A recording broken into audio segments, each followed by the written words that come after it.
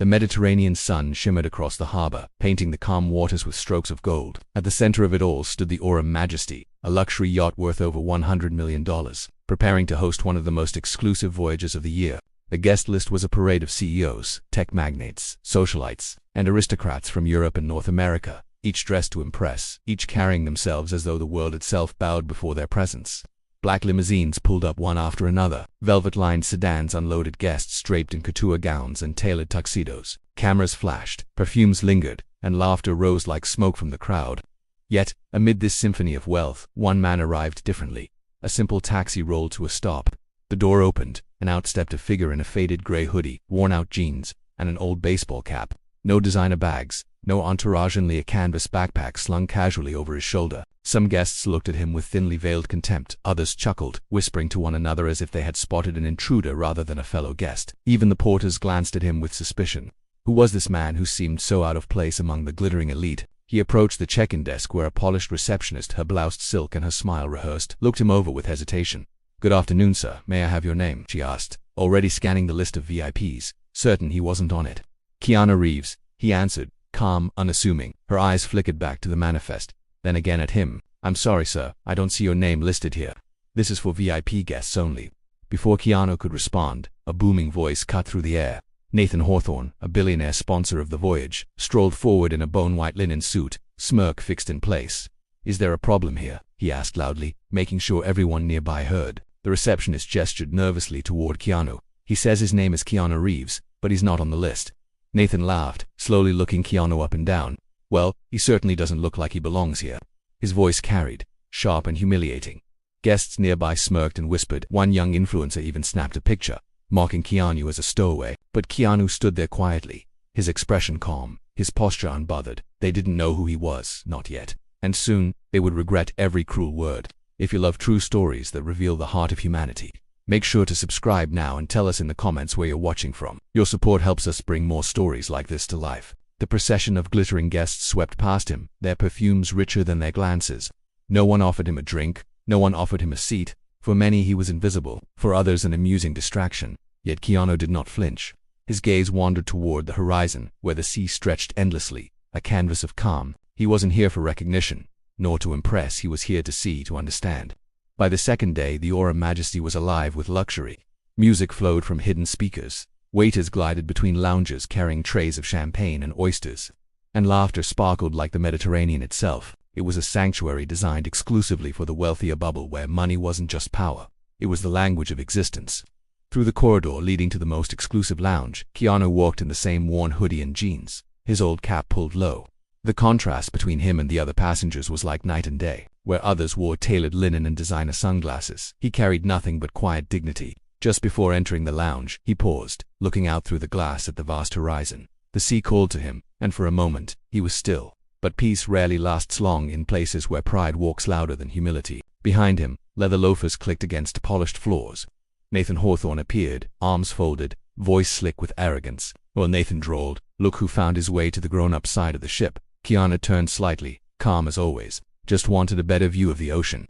Nathan laughed coldly, his words sharp. "I'm sure housekeeping wouldn't mind the extra eyes on the railing. Though I must say, you're bold. Most staff wear uniforms." "I'm not staff," Keanu replied simply. Nathan's smirk widened. "Of course you're not, but you don't belong here either. People pay millions to breathe this air. Do yourself a favor, stay in your lane." Keanu's voice was steady. "And which lane is that?" Nathan leaned closer, lowering his tone so only they could hear. "The lane where you're invisible, unless you're carrying a tray." For a moment, silence stretched between them, broken only by the waves. Keanu's reply came softly. "You think you see people clearly, but all you've got is a mirror." The smirk faltered. Before Nathan could answer, a young server approached politely. "Excuse me, sir. This area is reserved for VIP guests. May I kindly ask you to move to the promenade deck?" Keanu nodded, of course. His steps were unhurried as he left, but not before pausing near Nathan. "Thank you," he said quietly, "for showing me who you are." Nathan's jaw tightened, but the words clung to him like salt in the air. The third morning on the Majesty began with a lavish brunch spread across the sun deck. White linen tables glistened with crystal chandeliers swayed lightly in the breeze, and an orchestra of clinking cutlery mingled with the hum of conversation. Guests lounged in couture, sipping, their voices rising with the smug ease of people convinced the world was theirs. Keanu entered quietly, dressed as a Wesudi jeans, His presence didn't demand attention, but it unsettled the rhythm of the crowd. By now, they recognized him not for who he truly was, but for who they believed he wasn't. He took a seat near the railing, where the horizon stretched silver and endless. Laughter broke from a nearby table. A man with slicked back hair and loafers without socks barked loudly. Who let the janitor into brunch? His voice was designed to sting, to humiliate. A woman in oversized sunglasses chimed in. Should we toss him a few crumbs while we're at it? Nathan Hawthorne sat among them, slicing into his grapefruit with deliberate calm. That's not a janitor, he said. That's the stowaway I told you about. The table erupted with cruel amusement. Does he own a mirror? One sneered. Maybe a tent, Nathan added coldly. The words weren't just insults, they were daggers, dressed as jokes. A waiter approached with a plate of salmon for Keanu. Nathan raised his hand, calling out, "Are you sure that table's cleared? I don't think he's a guest." The deck fell silent. The waiter hesitated, but Keanu looked up, his voice steady. "It's all right, I can serve myself." He took the plate, gently, nodding to the server with gratitude. "Oh, he speaks," another mocked. Laughter rippled, shallow and cruel. One woman, already tipsy, staggered to Keanu's table and whispered mockingly, "Do you actually think you're invisible, or just hoping someone rich takes you home like a stray?" The roar of laughter that followed echoed across the deck. Keanu set down his napkin, stood, and looked at them not with rage, but with silence, a silence that pierced deeper than anger.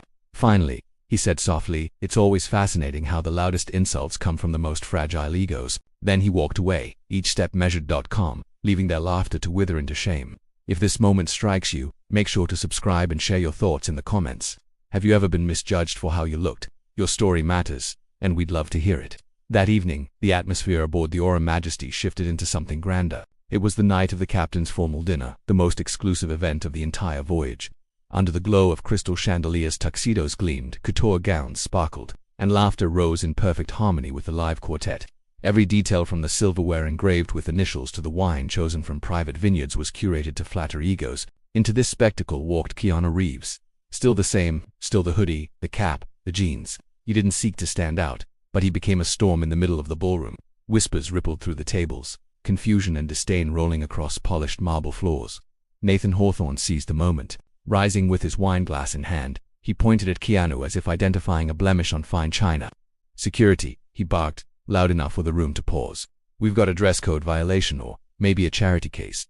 Hard to tell. Laughter erupted. A woman dripping in diamonds added, "Maybe he's here to deliver food. If so, he's late." Another guest mocked, "No uniform. Then he's not even worth a tip." Keanu stood still, hands in his pockets, his face unreadable. But Nathan pressed on, thriving in the cruelty. "This isn't a soup kitchen. This is a luxury vessel, and I've invested millions to keep it that way." The quartet stopped playing. All eyes turned toward Keanu. Nathan's voice sharpened. "You don't belong here. You're nobody, dressed like a mistake. The only reason anyone even noticed you is because you look like the one man who should be mopped off the floor." The silence that followed was heavy, suffocating. Everyone waited for Keanu to react. Yet he didn't raise his voice, didn't curse, didn't even glare. Instead, he let the words settle like stones in still water. Finally, he stepped forward, his voice low but steady. "You've just proven something I hoped wasn't true," he said, locking eyes with Nathan. "What's that?" Nathan demanded. "That wealth can buy the room," Keanu replied, "but not the soul that should fill it." And with that, he turned and walked out. No one dared stop him. The chandeliers still shimmered, the string quartet resumed their melody, and champagne flutes clinked, but something had changed in the ballroom. A coldness had settled, a discomfort that no amount of wealth could disguise. Nathan Hawthorne returned to his seat, smirking triumphantly. "Well," he declared to his table, "that should set a precedent. No riffraff in our sanctuary." His companions laughed, but it was weaker now, their smiles forced. Whispers coursed through the room like an unseen tide, murmurs laced with unease. Still, Nathan reveled in his victory, convinced he had humiliated a nobody. Then the lights dimmed. The cruise director stepped onto the stage, her presence commanding attention. "Ladies and gentlemen," she began brightly, "before tonight's charity auction, we have a special announcement." The crowd straightened. Nathan barely looked up, swirling his wine. The director continued, "This voyage was made possible by many generous sponsors, but one contribution stands above the rest. One donor, who wished to remain anonymous, covered nearly half the cost of this journey and pledged an additional $2 million to our cause before even stepping aboard." A hush rippled across the ballroom. $2 million. Anonymous guests exchanged curious looks. Nathan frowned. "And now," the director said warmly, "it is my honor to introduce the man whose generosity made this voyage and this evening possible. A man known for his humility, his kindness, and his grace." The spotlight shifted toward the entrance. And there he was, Keanu Reeves, walking in quietly, dressed exactly as he had been from the very beginning. Hoodie, jeans, old cap, no tuxedo, no fanfare, just dignity. Gasps broke through the room. Glasses slipped from trembling hands. Influencers whispered frantically, "That's Keanu Reeves. Oh my God, it's really him." The blood drained from Nathan Hawthorne's face. He rose slowly, disbelief hardening into dread. "No," he muttered, "it can't be." But it was. Keanu stepped onto the stage, nodded politely to the director, and faced the crowd that had mocked him, ridiculed him, dismissed him. The silence was absolute. He didn't glare. He didn't raise his voice. He simply began to speak. "I wasn't here to be seen," Keanu began, his voice calm yet commanding. The room, once alive with arrogance and laughter, now held its breath. "I didn't come to make a statement, or to wear a tuxedo, or to win applause. I came here to see without a name, without recognition, how people treat others when they believe there's nothing to gain." His words fell heavy, like stones into deep water. Guests shifted uncomfortably, some lowering their eyes, others fidgeting with their glasses. "I was judged for what I wore," he continued, "mocked for how I looked, rejected by those who never asked my name. What I witnessed here isn't new. It isn't unique to this ship. It's the sickness of measuring human worth by appearance." He paused, scanning the crowd. Many could not hold his gaze. The weight of shame pressed down on the tables like an invisible storm. Then Keanu's eyes settled on Nathan Hawthorne. "And often," he said softly, "the loudest voices belong to the smallest souls." The smirk Nathan had worn for days evaporated. He tried to laugh, but the sound faltered, hollow. For the first time, he had no words. "I'm not angry," Keanu added, his tone almost tender, "but I am disappointed." With that, he stepped down from the stage. No applause followed, no cheers, no cameras flashing, just silence. Silence so heavy that it drowned out even the ocean beyond the ship's hull. The crowd parted as he walked through, each step echoing louder than any insult they had hurled. People who had mocked him stared at their plates. Others touched their faces as if ashamed of being seen. And in the very center of it all, Nathan Hawthorne stood frozen, his empire of arrogance collapsing under the weight of truth. For the rest of the evening, no one laughed as they had before. The chandelier still glowed, the champagne still flowed, but the illusion of superiority had cracked, and no one, especially Nathan, could pretend not to feel it. The night pressed on, but the aura majesty no longer felt like the palace it had been just hours earlier. Guests whispered nervously, glancing at one another as if the chandeliers themselves were reflecting their shame. Some reached for their champagne flutes, though their hands trembled. Others sat in stiff silence, their earlier laughter now a memory they wished they could erase. At Nathan Hawthorne's table, the silence was suffocating. The women who had giggled at his jokes now stared at their plates. The hedge fund manager who had clinked glasses with him had quietly shifted down the table, unwilling to sit too close. Even the influencers who had snapped photos mocking Keanu were frantically deleting them from their feeds. Panic etched across their faces. The ship's captain approached Nathan. His voice was steady but edged with steel. "Mr. Hawthorne, Mr. Reeves has asked that his donation remain anonymous. He does not want praise or publicity. But he did leave a note for you."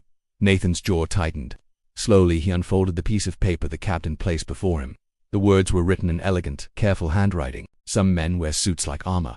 Others wear them like masks. You chose the wrong one." Nathan's throat tightened. He folded the paper once, then again, as if he could crush the sting into nothing, but no fold could erase the truth. Around him, murmurs spread. A woman leaned toward her friend and whispered, "I thought he was powerful. Turns out, he's just loud." Nathan felt the words like a blade for the first time. The room wasn't laughing with him, it was seeing through him.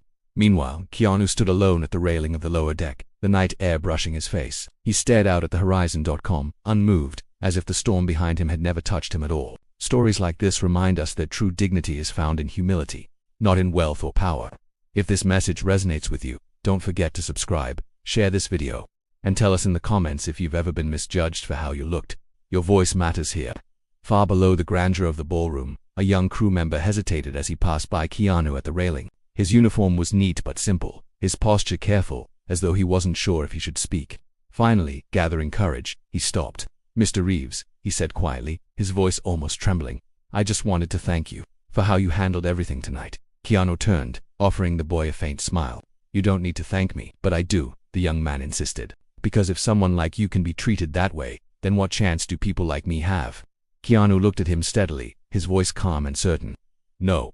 What it means is that we all have a choice to be like them, or to be better." The boy straightened a little, his shoulders squaring with newfound confidence. "Thank you," he said again, before walking away, his steps lighter than before. Above them, the ship sailed on, music faintly echoing through its gilded halls, yet the atmosphere had shifted permanently. Guests who once carried themselves with pride now walked the decks with uneasy glances. Conversations were hushed, laughter subdued. They had been exposed, their cruelty laid bare under the simplest of truths. Nathan Hawthorne, however, could not be found. He had retreated to his suite, curtains drawn tight, the note from Keanu folded so many times it was nearly crumbling in his hand. He stared at his reflection in the mirror face he had always believed powerful, untouchable. But now the eyes staring back at him carried fear. Not fear of Keanu but of what he himself had become. By morning, whispers ran through every corner of the ship. The name Keanu Reeves was spoken in disbelief, in regret, in shame. Some guests tried to justify themselves, claiming they hadn't laughed, hadn't mocked, hadn't known. But excuses were thin, and guilt ran deeper than any apology could cover. The next morning dawned bright, sunlight spilling across the decks of the Aura Majesty. Yet the warmth of the sun could not thaw the cold that had settled into the hearts of those on board. The marble floor still gleamed, the brass railings still shone, and the luxury still dazzled, but it felt hollow, like a stage after the curtain had fallen. Guests moved quietly, avoiding each other's eyes. Whispers carried faster than the sea breeze. Some spoke Keanu's name with reverence, others with regret. A few, desperate to escape their own shame, tried to dismiss it all as a misunderstanding. But deep down, everyone knew. They had been shown a mirror, and they did not like the reflection. Nathan Hawthorne did not appear at breakfast. Behind closed doors, he sat alone in his suite, his once perfect image now unraveling. His tie hung loose, his shirt wrinkled from a sleepless night. The man who had strutted across decks as if he owned them now stared blankly at the horizon. Stripped of the armor of arrogance, his assistant entered quietly. "Mr. Hawthorne, the press has begun reaching out. Someone filmed last night. It's already spreading." Nathan said nothing. His eyes didn't move from the window. "There's also an email from Mr. Reeves' team," the assistant added. "They've declined all interviews. He doesn't want publicity, only peace." Nathan let out a brittle laugh. "That's what makes it worse." Outside, a tender boat cut across the waves. On its deck stood Keanu Reeves, shoulders relaxed, gaze fixed on the horizon. He carried no anger, no bitterness, only quiet strength. To him, the voyage was over, but to those left behind, it had only just begun. On the lower deck, a handful of crew members watched him leave. Among them was the young waiter from the night before. His voice broke the silence. He didn't need cameras. He didn't need to shout. He just showed them who they really were. The others nodded quietly, their respect for Keanu far deeper than words could reach. In the ballroom, the ship's captain gathered the remaining guests for a final address. His voice carried not pomp, but conviction. "This voyage was never meant to be about status," he said firmly. "It was about generosity, compassion, and character. And last night reminded us how far we still have to go." He lifted a note, another written by Keanu Reeves, left for everyone this time. The captain read aloud. "You don't lose dignity when you wear less. You lose it when you treat others as less." The words hung in the air like scripture. Some guests bowed their heads, others dabbed their eyes with napkins, and some turned away, too ashamed to face the truth. From that moment forward, the atmosphere aboard the Aura Majesty was irreversibly altered. Conversations grew softer, selfies were fewer. The champagne still poured, tuxedos still gleamed, but the illusion of superiority had cracked beyond repair. Nathan Hawthorne, however, was a man undone.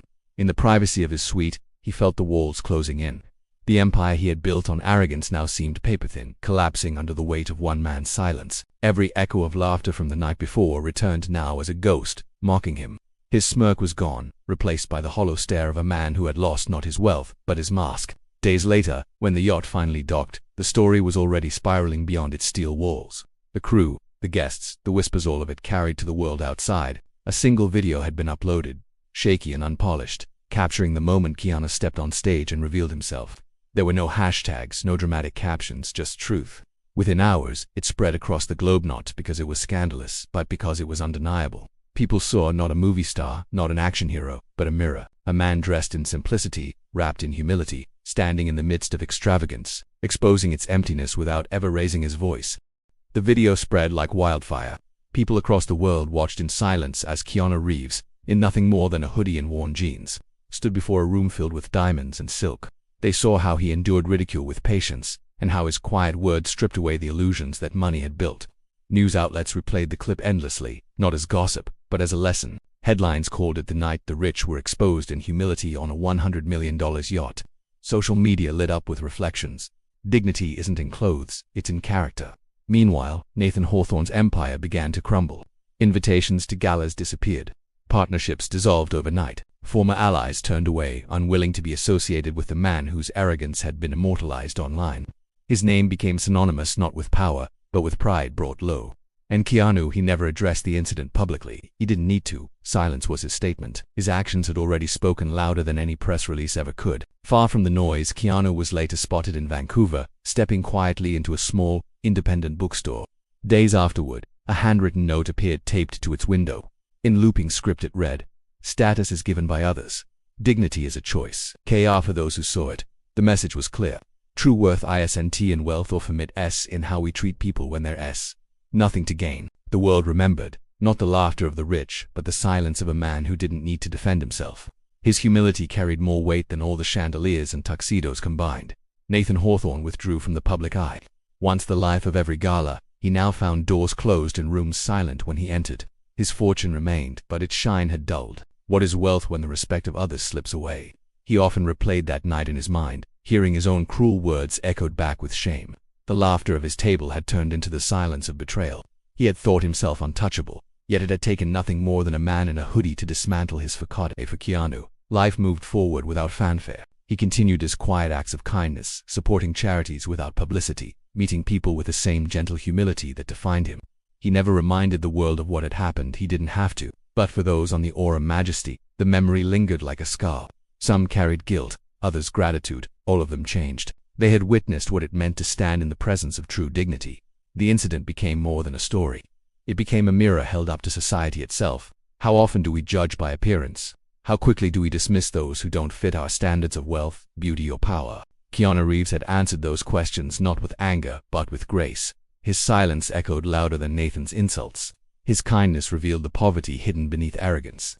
If you believe in the power of humility over pride, make sure to subscribe and share this story with someone who needs to hear it. And tell us in the comments, have you ever realized too late that you misjudged someone? Weeks passed, and the ripples from the Aura Majesty reached farther than anyone expected. Churches used the story in sermons, teaching about humility and compassion. Teachers shared it with students as a reminder that true greatness lies not in status, but in character. In countless homes, families discussed it over dinner. Would I have judged him too? The story became less about Keanu Reeves, the celebrity, and more about the universal truth he revealed. For Nathan Hawthorne, the silence of his peers was unbearable. Boardrooms that once echoed with his voice now dismissed him. Business partners distanced themselves. He had built his empire on appearances, but appearances had turned against him. Still, in his solitude, a seed of reflection began to grow. He reread Keanu's note over and over. Some men wear suits like armor, others wear them like masks. You chose the wrong one. Each time it cut deeper, forcing him to question everything he had built his life upon. And somewhere far from yachts and gala halls, Keanu continued to live as he always had, simply, quietly, kindly. He needed no spotlight, for his light came from within. The world kept sharing the story, not because it was dramatic, but because it revealed what we often forget, that dignity doesn't come from clothes, titles, or wealth. It comes from the way we choose to treat others, especially when no one is watching. Months later, the incident was still remembered. Videos, articles, and conversations carried its message across the globe. It was no longer just a moment on a yacht. It had become a parable for modern times, a story about judgment, kindness, and the danger of confusing wealth with worth. Nathan Hawthorne remained hidden from the public eye. His once powerful voice had grown faint, drowned out by the echo of his own cruelty. The man who had mocked another into silence now lived in silence himself. But for millions of others, the story became a source of inspiration. In offices, people looked differently at the colleague who didn't dress like them. On streets, strangers hesitated before judging the passerby in simple clothes. And in hearts, the lesson lingered. Humility holds more power than pride.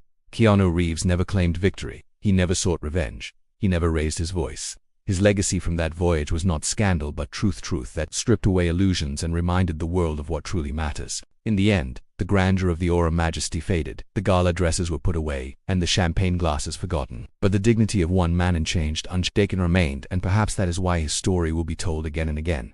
Because sometimes the quietest people carry the loudest truths.